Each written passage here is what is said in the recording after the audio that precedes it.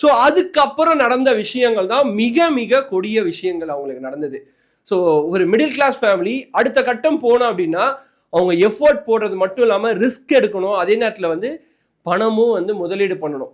So அவங்களுக்கு தோன்ற idea என்னன்னா, எவ்வளோ நாள் தான் நான் வந்து இப்படியே கஷ்டப்பட்டுட்டு இருக்கிறது, நர்சிங்லேயே வந்து கஷ்டப்பட்டுட்டு சம்பளம் வாங்குது, நான் ஒரு கிளினிக் ஆரம்பிக்கிறேன் இந்த ரீஜனில், இந்த சனா அப்படின்ற பகுதியில் வந்து ஒரு கிளினிக் ஆரம்பிக்கிறேன், அந்த கிளினிக்கால கண்டிப்பாக லாபம் வரும் அப்படின்னும் போது அவங்க அடுத்த கட்டத்துக்கு யோசிக்கிறாங்க.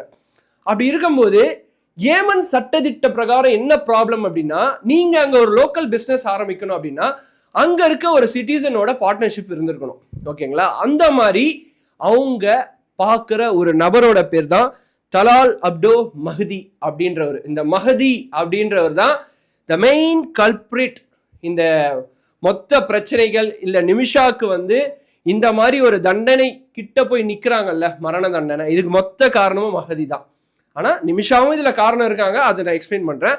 ஸோ என்ன நடக்குது அப்படின்னு பார்த்தீங்கன்னா, இந்த மஹதியோட ஒய்ஃபு அந்த பர்டிகுலர் ஹாஸ்பிட்டல், அதாவது நிமிஷா ஒர்க் பண்ண பர்டிகுலர் ஹாஸ்பிட்டலில் வந்து அவங்களுக்கு டெலிவரி பார்த்துருக்காங்க. ஸோ அந்த ஹாஸ்பிட்டல் பக்கத்தில் ஒரு டெக்ஸ்டைல் இண்டஸ்ட்ரி வச்சிருக்கிறதுனால இவங்க 2 பேரும் ஓரளவுக்கு பேசிப்பாங்க.